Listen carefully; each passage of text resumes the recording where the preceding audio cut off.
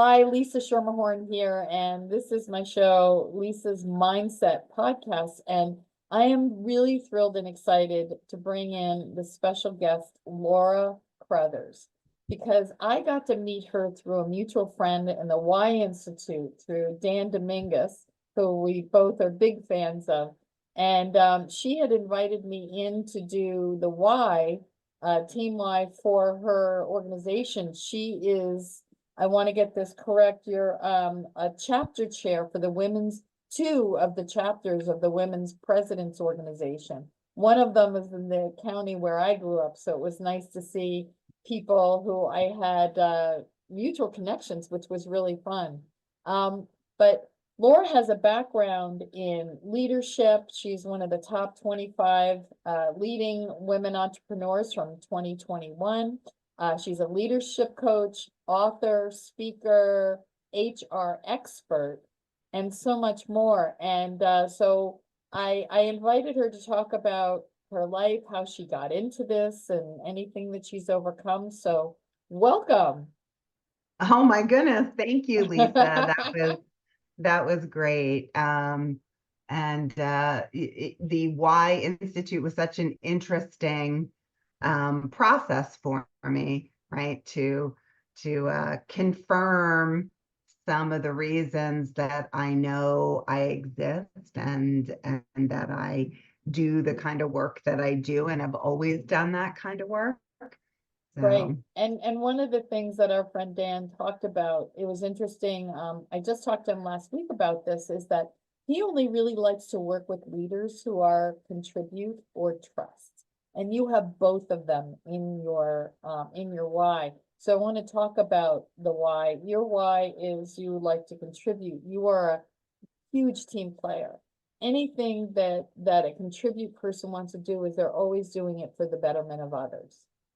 And so this is something that's really important, is lifting up others. So what better place than to be in the human resources and coaching industry? And how you do that is by making sense. And I also have make sense. These are the problem solvers. Laura, they're the detectives. They have the answers very quickly. And so she's a great problem solver. And what you ultimately bring is a trusting relationship. You know that Laura is the trusted source to find out whatever you need. She will research whatever is needed. She will come together with whatever you need to make sure that you are going in the right direction. So what a beautiful why.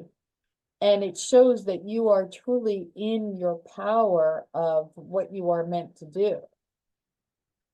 yeah, it was, as I said, it was confirming. I think at a leadership retreat a long time ago in corporate America, we got clear on our values and kind of why we do what we do. And I said mine was to help leaders gain clarity. That just seemed to be everything in my HR role or as a coach or even in life. I like to help people get clear on what they need to do to move forward. And that person everybody comes to think through things when they're struggling, to be able to get clear and to make sense of it, right? And because they trust me. And so when I saw all the pieces together, I was like, oh yeah, this is me. This kind of fits. And how does And that work? probably am why I'm in this field, right? Exactly. So how did that show up in your life from the standpoint of growing up? Like what brought you to want to do this for other people? Hmm.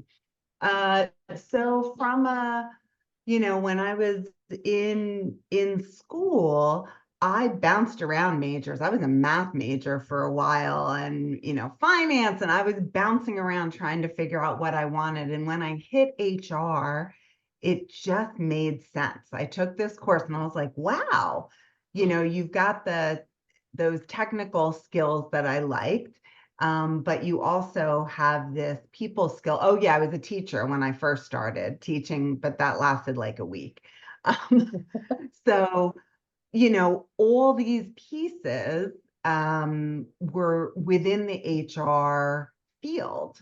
You got to really help people, but there were some analytical pieces. And luckily I had a very good, robust career in HR for a while before I went out and started my own firm. So it all fell together when I found HR. So what are the, because you did have a career in HR, what were the lessons that you learned in being, in a career in HR that you brought to your business that kind of makes you a little unique and different? Yeah. Well, I think one of the things for me was to really listen to what the organization and people need. So taking a look at what's the business plan? What are the financials? What's the business plan? And what is the culture that people are trying to create? And then helping leaders get clear on how to make those things happen through people. And so one of the things that I'm really different and therefore my company is different is we're not the HR team focused on compliance and like, oh, you're going to get in trouble if you do that, or oh, you can't, you've got to fill out this form first, or follow this specific regulation. I mean, we're the more the like get it done people. And early in my career, any business that I supported, somewhere in the first few months, the leader would say to me, "You're not a normal HR person, you know?" And I'd be like, "Okay, What does and that so mean? right, what does that mean? And some of it was like, well, you're fast paced and you're, risk taking and you're um you know, really about getting it done versus checking all the boxes. I'm always an 80-20 person, right? I think you know, 80% is good enough. Get it done. Don't like Right. wait till you have every single thing done. Like a perfectionist is nowhere on any chart of mine. Um, and so I think they trusted that I always had their back and that I would get it done in the way that the business needed, you So what know? a beautiful place, this is the contribute of being of service, and it's not about you and the rules. It's like, how can I get you, how can I push you and your mission further, right? How can Right. we And make you reach your goals? yeah. And if there's well, and there are laws and regs and things they have to follow, but like I found ways to fit that in without making that the highlight. Like, of course, you're not going to do anything illegal. That doesn't Right, help you protect right, people, right, right? So, you figure out a way to listen to the gray, figure out how the gray works right. and get all the pieces done that need to be done, but focus for them on what's most important. Right. And one of the it's interesting because in the why there's 9 different whys, and one of them is right way, which is where it's very structured, very repeatable, everything has to be done a certain way, and that can get my way or the highway. And I can see how to protect an organization, someone might be really wired that way. And to understand that there are gray areas, there are ways of making things happen that are a bit out of the box, and that's a very entrepreneurial way of thinking that is not generally in that structured corporate type of environment. Would you say that you have much more of an entrepreneurial Well, and I way? think that, I ended up in HR, my big career in M&A, doing merger and acquisition work, where there is a lot of great figuring out, do these pieces fit together and how can you make them fit and what can you do to make it all work? And so I ended up more in that gray part Right. where, you're figuring it out and trying to do what's best for both sides. Right. And that's, what's best for both sides. And I love that you just said that, because that's a huge tell of your contribute and your trust, right? Yeah. Because this is a person who really is looking for the best for everyone. And that's refreshing in business. And it's a beautiful way to do business. And so now you're also involved in the Women's Presidents Organization. I'd love for you to share a little bit about that and what that's about. Sure. So WPO is a 24-year-old organization for what they call second stage entrepreneurs.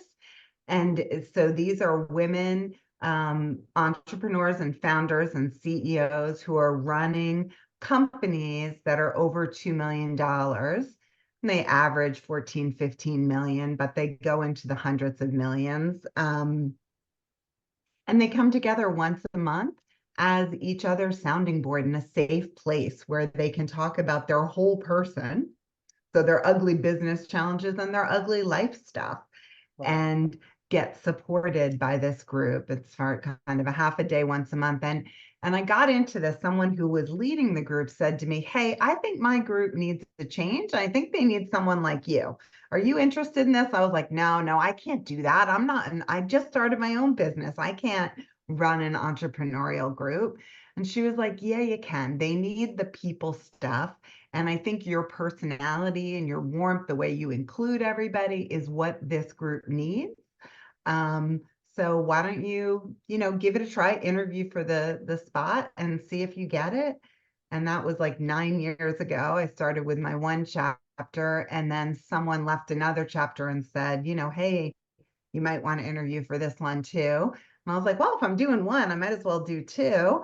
And so I started with that chapter, and it's been great because I feel like my give back is I can give my knowledge as an HR and leadership person to the group as they need that. But gosh, Lisa, I've gotten so much because these women, their businesses, I mean, I was just starting. When I Right. started there, I don't even know, I was probably breaking even, if that. And so I was learning from all this brilliance in the room of all these women running businesses that I had never been around before. I grew up in finance. So, it was a lot of every room I walked into were a lot of guys in suits. I was the woman at the table. Yeah. So, And one of the things having met both, the women in both chapters, these are not, these are women in finance, they're women in accounting, they're women who are selling heavy equipment, industrial equipment. These are not, these are women who are really breaking boundaries, really, one of the few women in male dominated industries. And yeah. I was laughing because she wasn't there, but we have a mutual friend, Monique Deo, and I was in one of the chapters in her book, and all of a sudden I saw that you were connected. Is she part of your one of your the other chapter, or are you just? She's in a different CEO group that I run Oh, that's not like WPO. It's a group of us that everybody kind of came together and brought three friends who were also business owners. Monique was one of the women brought by somebody else, and there's this group of 10 of us that have been together for a while, maybe 6 or 7 or 8 years, and we just adore each other. yeah. At this point, we get together because we're all friends. It's less about the business roundtable. No, that was so funny because all of a sudden I was like, when you meet people, because I'm a big connector anyway, and then you have one person from one part of your life and they're suddenly connected to someone else, it gets pretty exciting. So I wasn't Yeah. sure if she was part of the WPO. So that's been, a really great instrumental part of your connecting. And, talk about, I think I said you're author and you're speaker. Talk to me about your book? Yeah. So the book, it was a chapter in one of the, books that people put together. So not much to say about that. I don't even have it out there published. I don't like the way it all came together, Oh, but I okay. did it. It was an experience, right? But I speak a lot on many different topics for groups all over the US, actually, whether it's leadership or HR or engagement or imposter syndrome or whatever people need. It's kind of like the WPO, this speaking is my way to give back and maybe impart people with either some inspiration or something they can take forward and start to apply. And it's a good way to get the brand and company out there as well. So you've been very busy with your business branching out, and we talked about this earlier because, you know, I love the entrepreneurial spirit. You must have, even though challenge isn't, or a better way isn't in your top. I don't know if you ever got to read of all of them, but you're probably way up there in that because the way you think outside the box. And I love the way you talked about what your company has morphed into, is that it's not just human relations, that you're actually doing coaching and helping businesses as a whole. You're not just coming in, plugging in, making sure that they're, you know, getting their compliance taken care of. I had a brief stint in HR with my father's company when I got out of college, and my father's like, "Oh, why don't you come in and do HR?" And I was like, "What?" HR. I was so overwhelmed. I'm like, "You need to hire a professional, dad." Well, and it's funny, one of the things we do is mentor HR people that, like you, Lisa, suddenly they end up in an HR role and they're like, I don't know. And sometimes it's also people who are just newer in their career and don't have as big of a bag of tricks, but they're reporting to a non-HR person. So they don't have anybody to go to and brainstorm when they need to, come up with something, or they're hitting a project they've never done before. So we do mentor HR leaders Well, as part of that, but yeah. the coaching um, became, actually, you'll like this story. So um, I had been through a 360 and a coaching process with the leadership circle at my last corporate job. And I thought it was great. So I came out and I'm like, okay, I'm going to get certified in this. And I'm going to do this as part of my M&A business, because back then that's what it was when I started. And so I got certified and I did some coaching through them, but I had imposter syndrome. I was like, oh, I'm not good enough to do this. I never, ran a business. I'm not this, I'm not that. I don't have a PhD. I can't be a coach. And so I remember I was at their annual conference and I was really feeling like I didn't belong. All these people were, coaching at these huge places and really making an impact on leadership. And I said, I don't belong. And the leader was somebody I've known for a long time. Bill came up to me and he says, Laura, your feet are in the water. You've been sitting on the bridge, your feet are in the water, you're dangling in it, you've been doing it. Naturally, you just do it. I'm just going to push you in. Like, you need to just jump in because you're good at this. Just do it. And so from that, we did branch out and add a coaching vertical to the organization. So we do strategic HR projects, like M&A or designing comp or succession planning or anything around the talent management cycle. And then we do leadership coaching. So we don't coach them on how they run their business or how to do better sales, but leadership, how to be a more effective leader. And then our last vertical is training around those things. So what is the biggest challenge about training people to be an effective leader? I would imagine that you have to get people to unlearn a lot of skills, and especially when people come from corporate, there's a whole mindset that comes in that has to be completely changed. So what are some of the biggest challenges that you find that you've had to deal with in that realm? Yeah, and I think it depends upon how they come to us. So sometimes if we end up with someone that comes to us because the organization wants them to get leadership Right. coaching, I find the first thing they need is usually self-awareness. And so I think the biggest challenge Yeah, is they don't really realize their impact on people, right? right, You and I both know most people don't want to be jerks, right, right? And they don't want to hurt people's feelings or make people feel horrible or make people leave the right, company because they don't want to work for them. But they don't even recognize that the things they're doing or not doing are driving those behaviors right. in others. And so I think for those people, our biggest challenge is to get to the self-awareness where a light bulb goes off that someone says, oh, I didn't realize I had that impact on others, and I don't want to have that impact any longer. And then we can work with them to figure it out. And I think the other set that comes to us are the really good leaders that just want to get better. And those obviously are super fun to work with.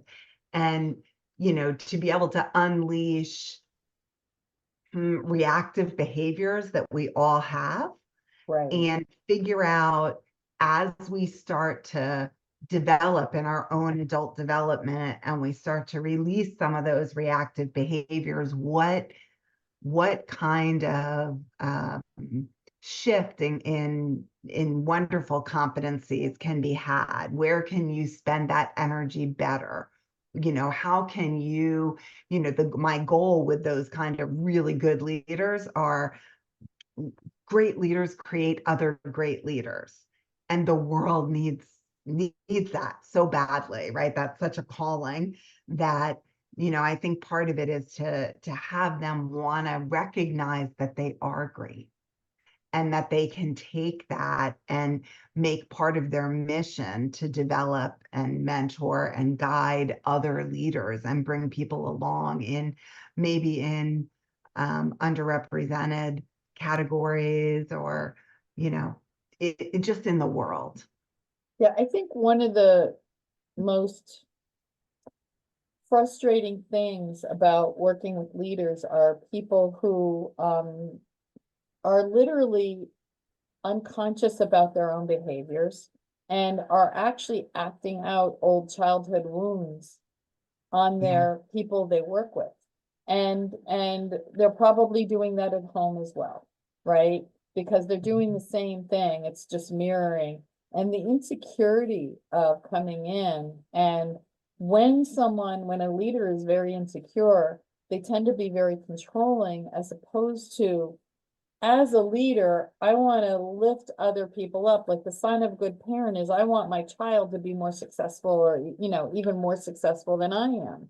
It's like Yeah. bringing those people up.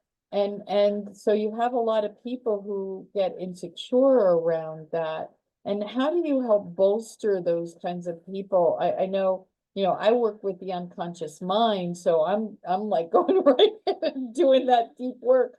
But, how is it that you get people to really do that deeper dive into the reactivity of their behavior? Yeah, and so we do peel back that onion back to childhood, and I'm sure that you and I both have a million stories where someone all of a sudden a light bulb goes off and they're Right. like, "Oh my God, that's why I've always been this way." And it's beautiful to be able to help someone see that that's what's driven them. And then to get to the point where they say, maybe that doesn't serve me so well anymore at this part of my life. And how do I move away from that, into another thing? And so, we walk beside them on their journey. Yeah, and I would say, you, in being a contribute and a trust, this is a really safe place to be. This is like when you would work with someone, just like Laura and I know each other, but not well. We've met a few times and we've spoken a few times. But I will tell you, from when I get to know people's why and their why operating system, someone who's a contribute and has trust in their why, the way Laura does, she's like a giant hug.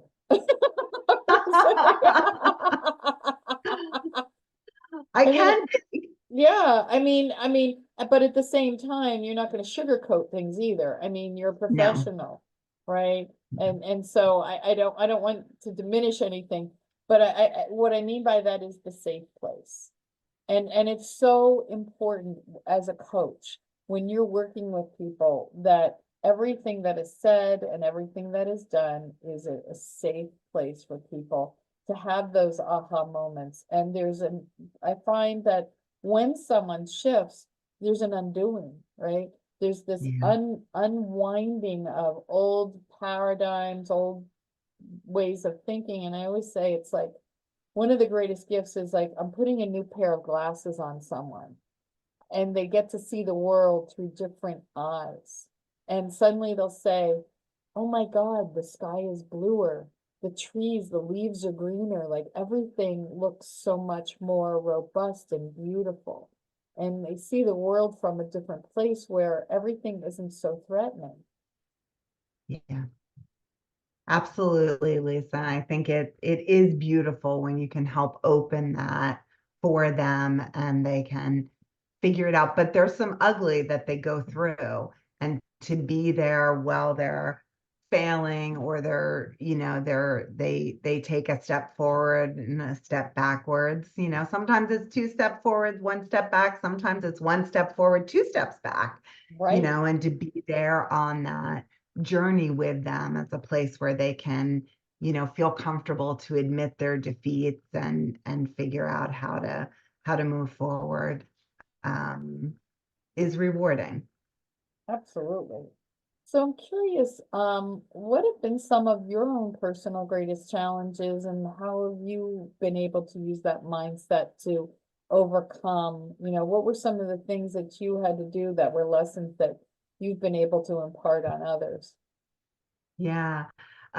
So I think, given my style, this won't surprise you, but in corporate America, I was always the one that never asked for more. I'd be like, no, I can do it. I don't need more people. I don't need a promotion. I don't need, let me just keep doing and working all hours. And so I definitely hit that burnout stage because I would just keep doing and think, oh well, maybe we're laying people off. So how can I ask for more resources when the company's going down? We just have to get it done. And so I think I pushed myself and my team too hard, and really burnt us out. And I would watch the people around me getting resources in finance or IT. And I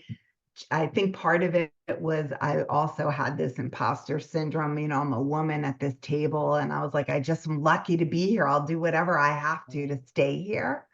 And so that was some tough lessons around that. And that's part of the reason I stepped away, and created my own company, was to start putting better boundaries in.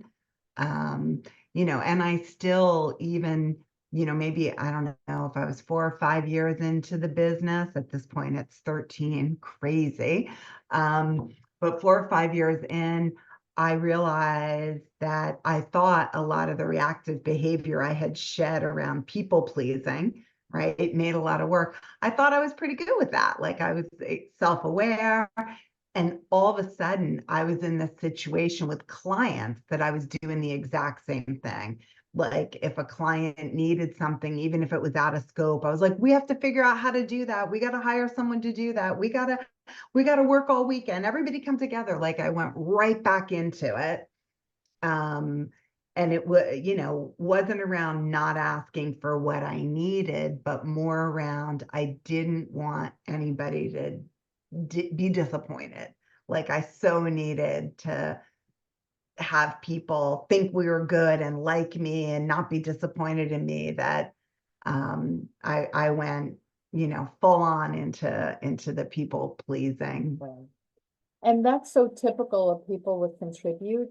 And I will say, I remember there was a period of time, it was so fun. There was a bullying incident, and I ended up starting a football program in my town. And I didn't even want my son to play football. He was young, but I saw things that were going on that were really dysfunctional, and I didn't feel it was a safe environment for kids to be in. So out of that and a lot of bullying, and I threw myself into this project. And I was working 24 hours a day, 7 days a week, and something I didn't even want to be involved in, to be honest. And people would be like, Lisa, you do the job of 3 people, and you're so amazing. And I would go home and be so depressed. because I never felt like I was good enough. I never felt like I had done enough, even though I had done the work of 10 people. And that contribute and that people pleasing is so prevalent, and contribute people make up, I think it's like 80% of society. That's the largest number of whys, somewhere in the top three. And that also gives me a lot of hope for humanity, because they make up the people who want to be of service and help others. And you said the magic word, which was boundaries, because Yeah. for someone who is a contribute, boundaries feel really mean, like you're hurting someone. And it's very painful for someone who is a contribute to say no. And here was the gift that the Y Institute gave me around contribute, is that when you have, there's these 9 Ys, not wives, 9 Ys. No, not 9 of them. God, I couldn't imagine. 9 Ys. And let's say, for instance, I have challenge in my Y, and challenge people like to be autonomous. They're creatives. They like to be hands off, like, don't tell me what to do, just give me free rein. And they tend to be very entrepreneurial. So if I'm at a company and they need help in something, and I raise my hand and it's a right way, job, or a right way project that's involved in being micromanaged and writing Yeah. everything down, that would be miserable for me. No. It would take me 10 times longer to do it than someone who actually really enjoys that. So what I had to learn, and what I teach others, is that by saying no, it's actually a good thing, because you're helping them by saying no. When you know your why, it gives you the boundaries. It's like, okay, these are the things that I'm really good at. These are the things that I actually suck at. So don't put me in that unless there's no one, especially for entrepreneurs who are starting out. They don't always have people in those places. But when you're working with a team and you're hiring people, you want to make sure that you got that assortment of people that have all of those different whys, because then you don't have people who don't have that in them trying to be something that they're not. Because asking someone to take on a job that they're not, you're going to lose them. Right. Right. Absolutely. When you understand how to bring the best out in people, right? That's a leadership thing that we all try to do and I was lucky enough early in my career, I guess more in the middle of my career, I worked for a woman, Sarah McCauley, who she said, I don't remember what the project was. And I was like, oh, okay, here's the whole thing. And she was like, no, no, no, I don't want you to do that piece. I want you to do this stuff, because this is what you're good at and what you like. And we're going to get this person to do those pieces, because this is what John's good at and what he likes. And I was like, wow, but it's all part of my job. She's like, yeah, but I'd rather maximize people's strengths than spend time developing their weaknesses. And I was like, that is a cool philosophy. So I try to do that with my team around me and, people I work with, figure out how do you maximize your strengths versus develop your weaknesses, right? I absolutely love that.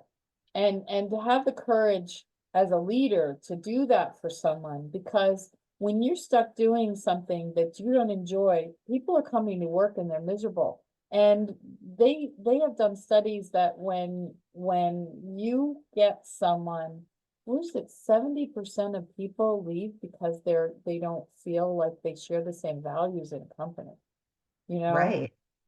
And they'll leave and go to another company for less money. If I have to go and do something every day that I don't enjoy, you literally suck, soul sucking work. It's saying you're sucking the life out of someone. So why You can not? do it once in a while, but when it's Right. every day, it's hard. It's hard. But when you have someone that recognizes your strengths, and if I get to do what I love to do every day, and I don't have to be stuck with the mundane that I don't want to enjoy, you're going to get more out of me. I may even work 10 hours one day because I'm so wrapped up in what I do. I love it and I have the energy from it. Not because someone's browbeating me. I remember working in the garment center in New York City right out of college, and I had some really horrific bosses. And what I was really surprised at were the women, because they were almost resentful and angry that they had to give up so much of their lives, that they were, were like, how dare you have a life because I've given up so much of mine. And I had bosses, I remember going into work at 7 in the morning and couldn't leave till 7 at night. And, really working me hard. And all I did was cry. And I would get sick. And, I just thought to myself, life has to be better than this. I just don't understand why. And the fellow who owned the company paid for our lunches. He would literally walk in and take a bite of your sandwich because he owned you. He would walk in. I won worst boss story in a magazine. I haven't heard of bosses walking around biting everybody's sandwich just to like let you know I own you. Yeah. Wow. So That's one sick dude. It was a sick dude. And so he would literally stick his hand in your fries, take a bite of your burger, and then he would leave. We would get up and throw out our lunches and then order another round. And I remember I had submitted it to a magazine and I didn't say anything. And my ex-husband was reading the magazine and I went in anonymously and he goes, "Did you put your story?" I said, "Yes, I even won a $25 gift certificate for it." For my jerky boss, Yeah. right? And I worked on Wall Street at the beginning of my career. So I get we used to call it bed check. We'd be in at, we weren't in at 7 in the morning at Wall Street. We'd get in closer to 9. But, at 10, 11, 12 o'clock at night, if the managing director or whoever was there, they would walk around. Yeah. And see who was still there. And you best be there if you wanted to move up in your career. And the worst part of it is you didn't always have anything to do. You just literally had to be there. Right? Like, We there always was had always work something to to do. do. We would go for dinner, right? We'd all leave. We'd go for dinner, have a couple drinks. We'd come back and we'd be working because at 11 o'clock you could take a car service home. So we would do stuff so that we could leave whenever bed check was over and we could all leave at 11 or 12. Yeah. No, Wall Street is a very grueling place too. That's interesting because my ex-husband is in Wall Street for I don't want to say how many years, but I was in the fashion industry for a brief stint. And I think about certain industries and how abusive they can be. And I pray that people, with the great resignation of what's happened, especially since COVID, since a lot of people were suddenly home and realized, look at what I'm missing out. I'm not seeing my kids grow up. I'm missing out on all this part of my life. And people are reassessing a lot.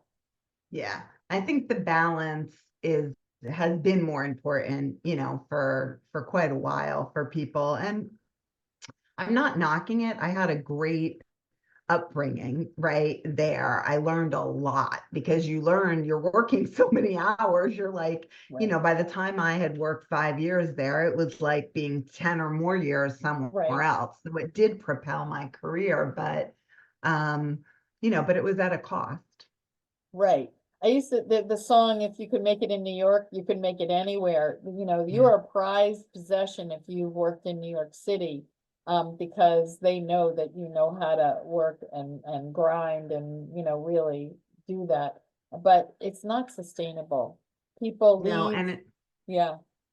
it's also like I wonder, excuse me, the interesting about and this happened to me too, is well, we did it. Why do you think you can leave at 5, right? And I know that lots of people in my generation and generations around me, the baby boomers above me, and struggled with people coming out that are like, well, I want balance and I don't want to do this. And you're like, well, how do you think you're going to get farther unless you're going to do some of these things? But recognizing there's lots of paths to get to the same place, the path might be longer, right? Because if I did 10 years of work in 5 years, somebody in 5 years working a normal kind of cycle, 40-hour a week or 30-hour a week, they're probably not going to get the same learning.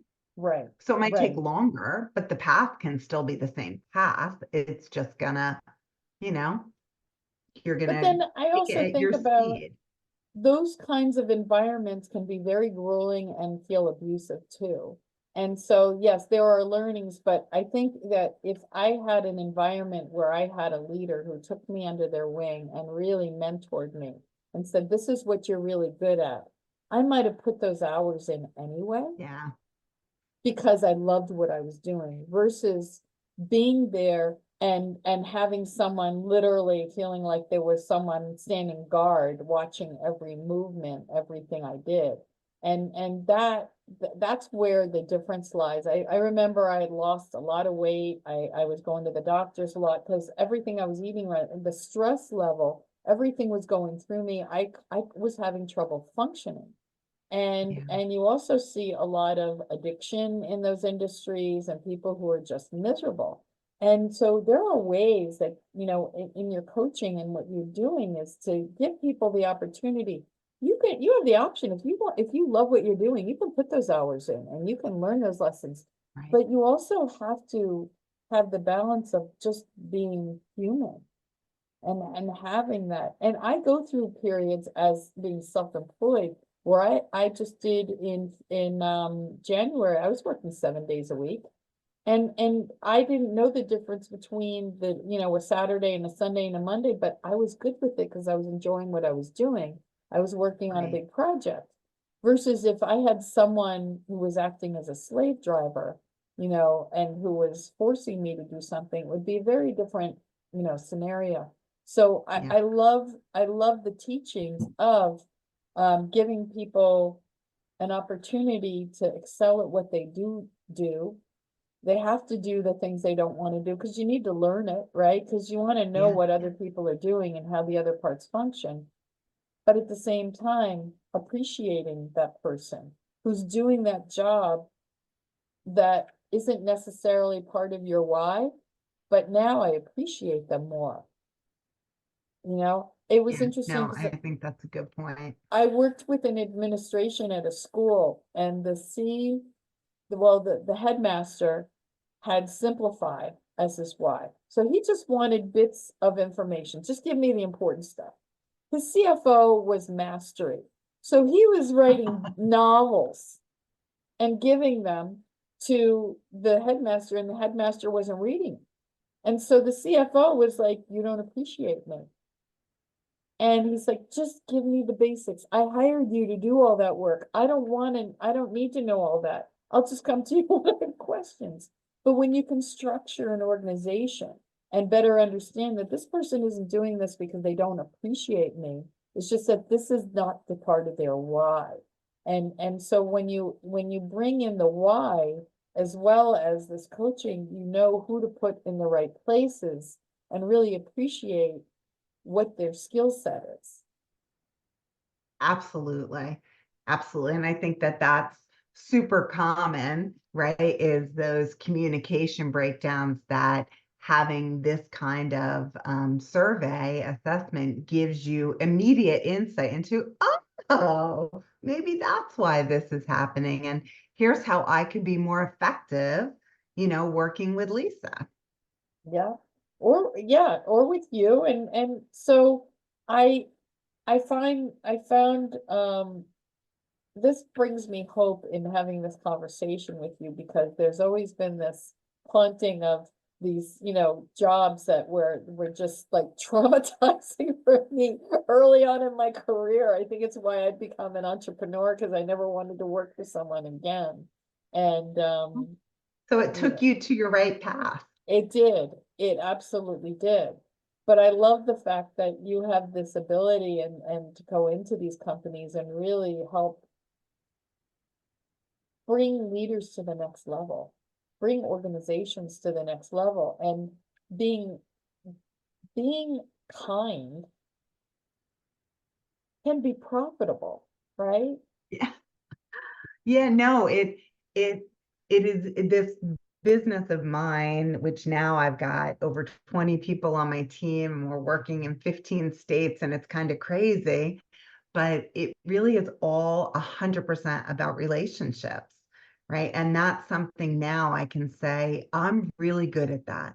I'm really good at relationship because of, those things that I know I'm good at, and I'm good at connecting people. Like you said, you're a connector, I'm a Right. connector. So, your circle and your web just continues to grow and expand. And I've just felt so blessed to be able to do this work and impact people, and now have other people on my team that love to do this work. And we work a lot with rising managers too, not just the leaders, but helping these people who suddenly became managers or have been managers for a while but had no training or skills. And how can you be more effective and feel more confident in what you're doing? So is there a certain sweet spot of a size company that you like to work with, or do you work with all sizes? What is something, someone you who's know interested in working with you? Yeah, so most of the clients that work with us are in the middle market, and we define that by number of employees rather than revenue. So usually they're going to have at least 30 to like 500 employees. That's kind of our sweet spot. Certainly coaching, right? We've coached clients at, Fortune 500 companies and startups. Right.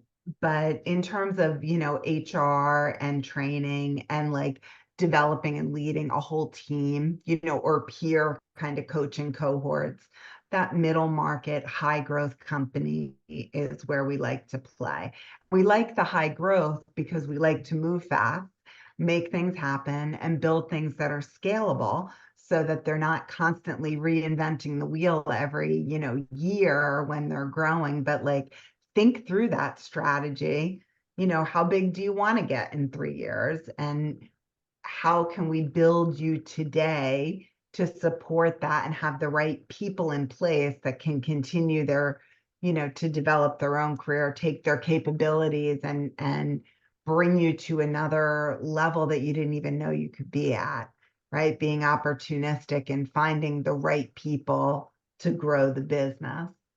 So, But, and I can see it in your face. You light up when you talk about it, yeah. and the excitement is there. Is there anything that we haven't covered that you would like to cover, things that you do or something that you've done or want to do? Um, for me, I want to continue to grow this business. My youngest just went to college, so this is kind of my year of like, now let's be deliberate about this. This has all kind of just happened despite me. So I'm very excited in a lot of the growth we have. And there's one new program we have, Lisa, that I think is kind of cool. We're calling it the Coaching Academy, and we take managers through a 6-month experience where they meet with us every other week for 1 hour. So it's not a huge lift of time because in this high growth middle market, they're all like running like crazy. So every other week for 6 months for 1 hour, and they learn a coaching skill, and then they go practice it. They come back, discuss it, learn a new skill. And in the back half of the program, there's a practicum where they actually now bring in someone from their team into the process, and now they're coaching them intentionally so that we get feedback from that person as well. And the whole program is wrapped up with a platform of micro learnings that gives them little daily coaching tips for themselves and their team. And this better than anybody, but like we think about that training pyramid, right? And the normal training people retain 20%ish. But when you're doing it like this, where it's like a one skill at a time, and you're with a small group in person and you're practicing the skill and you're getting these daily micro learnings, we're actually finding the retention of stuff is, 80, 90%. Wow. So it's Wow. beautiful. It's been a really nice, low cost um, way to train more people managers on how to be better. Because for most cultures, like we talked about, wouldn't it be lovely if all leaders led like coaches and they asked powerful questions and really tried to understand before they came down and they tried to get the best from people, figure out what they want to do. So I think, my goal for this year is to put, hundreds of people through this coaching academy. I love this on so many levels, and especially, there's always this trial by fire when people get hired, right? Companies don't generally bring someone in and teach the culture, the business culture, right? They don't say, this is who we are, or they may say this is the culture, but the people at the top are not actually living it, Not living right? it. And so Yeah. there's a conflict there. I'm like, wait a minute, I thought I was coming into this and now it's something else. So the idea of the training and teaching managers to be coaches, which is about working with the whole person and giving Right. them an opportunity and letting them know that they care. It's about doing the right thing for your people. And when you do the right thing for your people, then the right thing happens for the company exponentially because people are loyal. And one of the things that the trust drive creates is loyalty. It's Mm, huge, right? Because if I can trust you as any kind of coach, that I know that they've got my back, that I can share whatever I need to share with you, and you're going to be there, and my company, I know that they're going to be there for me. Man, that trust is everything, because I'm trusting my career, my livelihood, my supporting my family, my everything with an organization that I'm hoping is going to be there and have my back, and not suddenly I'm gone and have no idea why. right. It's so funny. I'm kind of chuckling because right before this call, like literally 2 minutes before the call, I finished proofing our blog for this month, which is a trust-based culture. Yeah, So I didn't even know we'd get there, but might as well put a yeah, little prompt in. So, Alwyn and Jamie from our team wrote this great blog, and I was just going through and reading it, but it highlights all those things that you just said, and it is important. It is a differentiator if people can build a culture like that where you're getting the best and mistakes are okay. Pencils have erasers, I always say. yeah. We're not doing brain surgery here. Yeah, and is someone coachable, right? You're allowed to make mistakes, just don't keep doing the same thing over and over again without the learning and the wisdom. Correct. Because that's Correct. that's where the problem comes in. And when someone is resistant and not coachable, that's when you get into trouble. And Yeah. there's no shame in saying I made a mistake. I'm willing to try something different because this isn't working for everyone. It's when you get rigid and not willing to make those changes is when that's when you're in trouble, because it costs, I don't even know what the number is. How much does it cost to actually hire an employee and keep them and get them trained? It's got to be a Right. fortune.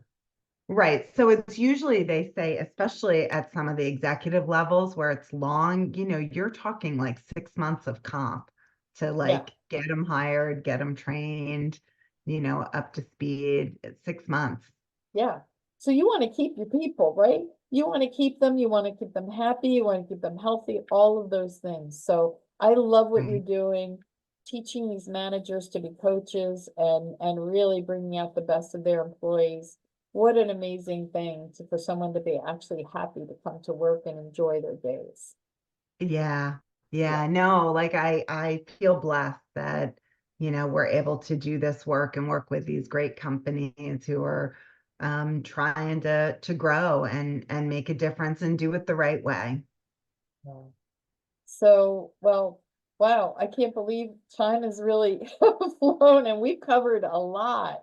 And I'm I really know. grateful for this conversation. I'd love for you to stay on, but I'm gonna have your information if people want to reach you for any of your coaching and any of your expertise, contacting you. And thank you so much for being here. I really appreciate our conversation, and I know I learned a lot. I hope everyone else did too.